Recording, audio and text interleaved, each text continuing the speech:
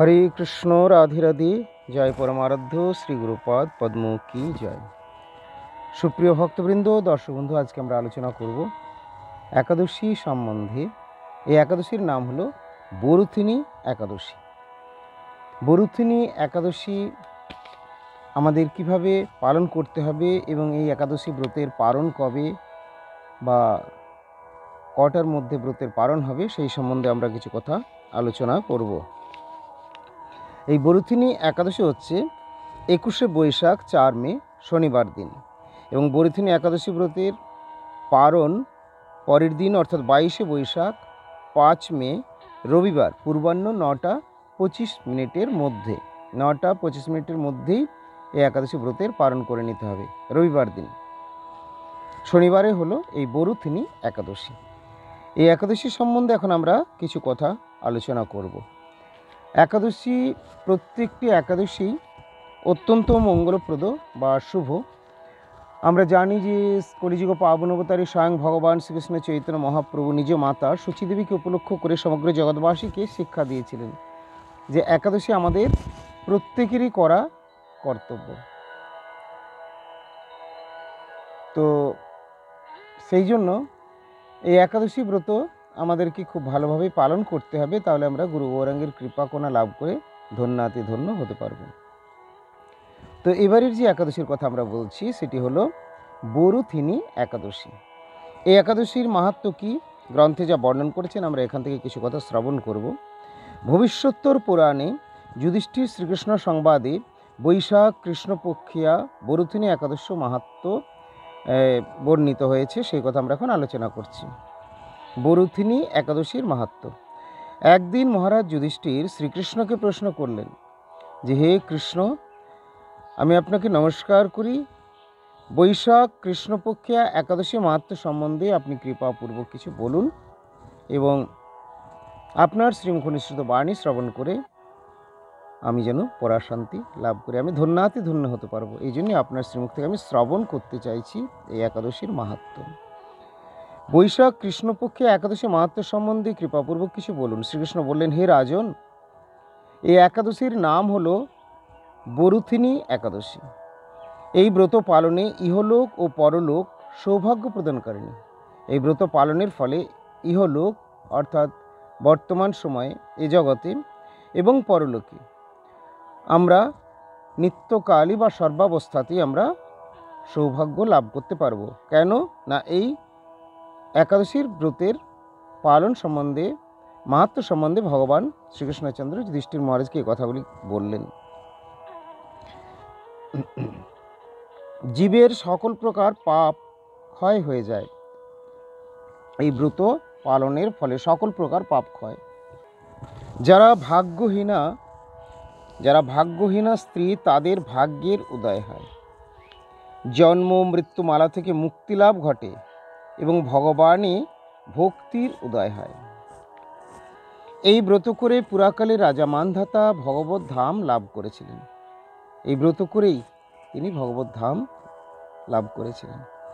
কুরুক্ষেত্রে সূর্যগ্রহণকালে 1 মণ সোনা দান করলে যে ফল পাওয়া যায়, এই একাদশী ব্রত পালনে তৎসমুদয় ফল লাভ ঘটে।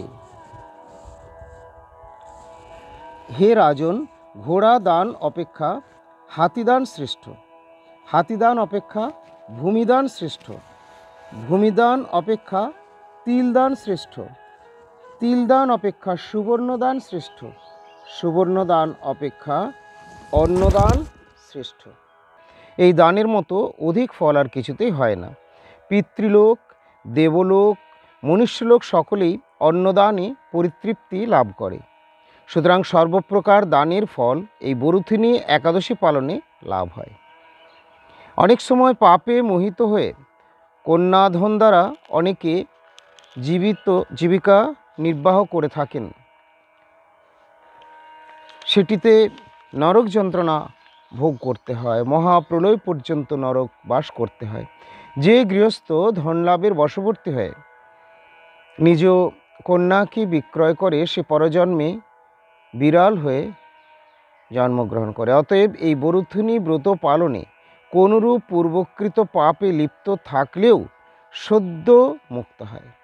তার মানে যদি আমাদের যে সমস্ত কথাগুলো শ্রবণ করলাম, অর্থাৎ পূর্বে যদি কোনো আমাদের পাপাদি এরকম হয়েও থাকে, যে কথাগুলি আলোচনা হলো, সেই ধরনের মহাপাপও যদি হয়ে থাকে, তাহলে তার থেকেও নিস্তার হবে, উদ্ধার হয়ে যাবে এই বরুথিনী একাদশী ব্রত পালনের ফলে। যিনি হরিবাসর তিথিতে রাত্রি জাগরণপূর্বক শ্রদ্ধাযুক্তভাবে ভগবান শ্রীকৃষ্ণের পূজা করেন, তিনি সর্বপাপ মুক্ত হয়ে পরমাগতি লাভ করেন। এই ব্রতকথা শ্রবণ কীর্তন ফলে 1,000 গোদানের ফল, পাপ বিমোচন, নরক থেকে মুক্ত ও পরমাগতি প্রাপ্ত হওয়া যায়। তো তাহলে এই ব্রতের মাহাত্ম্য সকলেই শ্রবণ করলেন এবং ব্রতের পালনের সময়টি আবার বলে দিই। রবিবার দিন সকালে এই ব্রতের পালন, শনিবার হচ্ছে একাদশী, 21শে বৈশাখ 4 মে শনিবার বরুথিনী একাদশী, এবং পরের দিন 22শে বৈশাখ 5 মে রবিবার 9টা 25 মিনিটের মধ্যে, সকাল 9টা 25 মিনিটের মধ্যে ব্রতের পালন সম্পন্ন করবেন। তারপরে আসছে আবার 27 তারিখে, 27শে বৈশাখ বা ইংরেজির মে মাসের হলো 10 তারিখে, এই দিন হচ্ছে অক্ষয় তৃতীয়া, চন্দন যাত্রা। চন্দন যাত্রার শুভারম্ভ, 21 দিন ব্যাপী চন্দন যাত্রায় তার আরম্ভ। তো এই চন্দন যাত্রা সম্বন্ধে আমরা আগে পোস্ট করেছি, আবার বিশেষভাবে কিছু অনেকেই জানতে চেয়েছেন, সেই প্রসঙ্গগুলিও আমরা পরবর্তী আলোচনায় চন্দন যাত্রা সম্বন্ধে যে পোস্ট দেব তার মধ্যে সেখানে সেই কথাগুলি আমরা জানানোর চেষ্টা করব।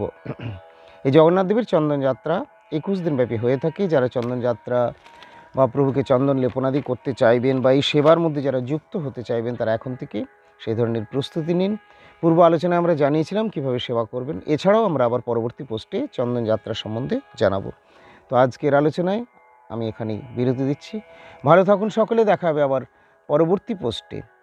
যারা এখন আমাদের চ্যানেলটি সাবস্ক্রাইব করেনি তাদের বলবো চ্যানেলটি সাবস্ক্রাইব করে আমাদের সঙ্গে থাকুন এবং নিয়মিত দেখতে থাকুন আমাদের পারমার্থিক দিব্য মধুর প্রসঙ্গগুলি।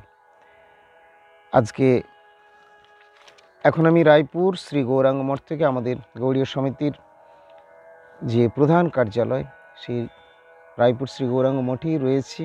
আবার বিভিন্ন স্থানে মঠগুলি রয়েছে, বিভিন্ন স্থানে যাতায়াত করা হয়। বর্তমানে শ্রী গুরুপাদ পদ্ম এখানে বিরাজমান রয়েছেন, সম্ভবত অক্ষয় তৃতীয়া পর্যন্ত হয়তো আশা করি যে তিনি থাকবেন বা থাকতে পারেন, যদিও তিনি আগে থেকে সব কিছু এতটা পরিষ্কারভাবে কিছু বলেন না, বা হঠাৎ তার ঠিকও হয়।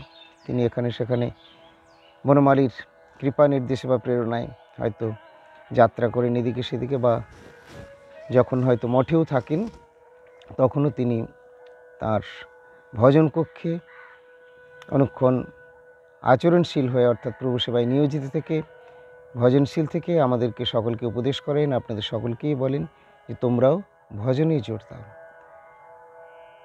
কলিযুগ ধর্ম হরিনাম সংকীর্তন, হরিনাম কীর্তন তো করতে হবে, কিন্তু সেটি হবে সাধু সঙ্গে গুরবানুগত্যে, তাহলে তার ফলটা বেশি উপলব্ধি হবে এবং সহজেই বেশি কার্যকরী হবে।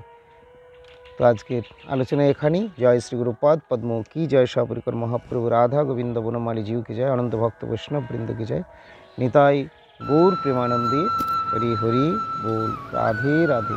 হরে কৃষ্ণ রাধে রাধে। জয় পরমার্ধ শ্রী গুরুপাদ পদ্ম কি জয়। সুপ্রিয় ভক্তবৃন্দ, দর্শক বন্ধু, আপনারা এখন দর্শন করছেন রায়পুর শ্রী গৌরাঙ্গ মঠের শ্রীমন মহাপ্রভুর পুষ্পোদ্যান।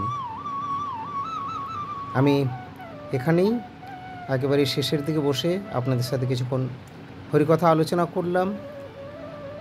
পাশেই রয়েছে আমাদের ভক্তদের ছোট্ট ছোট্ট আবাসগুলি এবং অপরদিকে রয়েছে সুবিশাল ভক্তাবাস। এগুলি পুষ্প উদ্যানের মধ্যেই একদিকে সুন্দরভাবে সাজানো রয়েছে। মোদীয় পরমারাধ্য শ্রী গুরুপাদ পদ্ম কখনো এখানে আসেন, কতিপয় ভক্তদেরকে সাথে নিয়ে হয়তো তিনি হরিকথা হরিকীর্তন আদির অনুষ্ঠান কখনো কিছু করে থাকেন সংক্ষিপ্ত আকারে। দেখুন, এত রোদ্দুর, এত গরমের সময়ও কত সুন্দরভাবে বাগানের এই গাছগুলি রয়েছে সবুজ পাতার মধ্যে, খুবই সুন্দর পরিচর্যা রয়েছে, নিয়মিত জল দেওয়া প্রভৃতির মধ্যে সেবকরা সেবা দায়িত্ব রয়েছেন এবং গুরুপাদ পদ্ম এখানে অবস্থান করেন বেশিরভাগ সময়। তার কৃপা দৃষ্টি শুভ দৃষ্টিতে এই জায়গাটি এখন অনেকটা আবার জায়গা বাড়ানো হয়েছে বা আবার এক্সটেনশন হয়েছে। এটি তো মঠেরই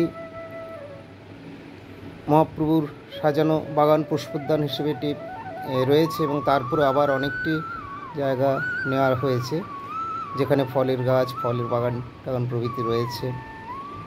এবং অদূর ভবিষ্যতে হয়তো শ্রী গুরুপাদ পূর্ণির যে পাঠের জায়গা সেগুলো তো কম হয়ে যাচ্ছে, যেহেতু ভক্ত সংখ্যা দিনে দিনে বেড়েই চলেছে। তাই কখন কী হবে বলা যায় না। পরবর্তী সময় হয়তো এরকম দিকেও কোনো পাঠের আয়োজন করা যেতে পারে। গুরুপাদ পদ্মের যখন অনুষ্ঠান হয়ে থাকে তখন বহু বহু ভক্ত সমাগম হয়, যা এখন মঠের ভেতরের যে জায়গা সেখানে ঠিকমতো ভক্তদের সেই জায়গার মধ্যে আয়োজন করা সম্ভব হয় না। যদিও এখনও হয়ে যাচ্ছে, তবে কোনোভাবে এখনও হয়তো হয়ে যাচ্ছে, আর 2-1 বছর পরে ওই জায়গাতেও কুলোবে না। তো আপনারা এখন দর্শন করছেন, এটি আমাদের মঠের এই যে রোড সাইড থেকে, বাইরের থেকে আমি ফটো নিচ্ছি। গেট, এখানে প্রবেশ করলাম। এদিকে এটা মেন রোডের এক প্রান্ত। এটা হচ্ছে আমাদের শ্রী গৌরাঙ্গ মঠ সামনের দিকে। পিছনের দিকে যেটি আপনারা দর্শন করে আসলেন সেটি রোডের অপোজিট সাইডে বাগান, আর এই হলো গ্রামের ভেতরের দিকে চলে যাচ্ছে ডান দিকে মঠ।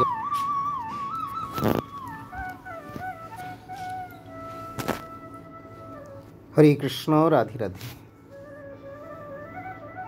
মন্দিরের দরজাতে ঢুকেই প্রথমেই বাঁ দিকে রয়েছেন সামনে তুলসী দেবী, বৃন্দা দেবী, এবং তারপরে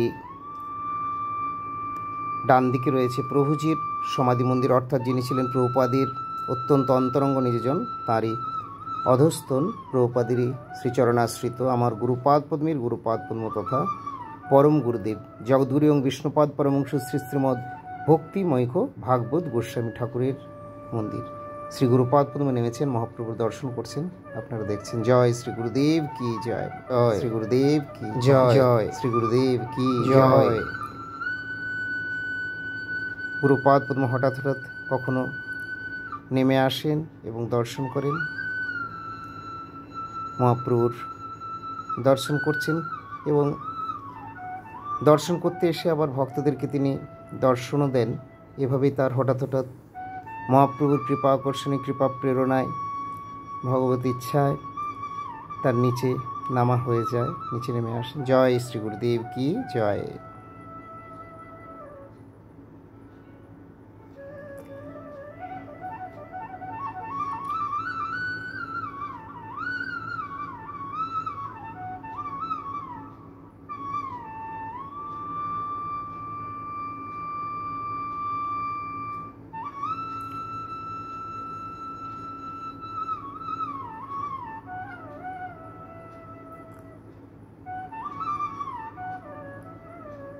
हरे कृष्ण हरि बोल, राधे राधे, जय जय श्री राधे, जय परमाराध्य श्री श्री गुरुपाद पद्म की जय।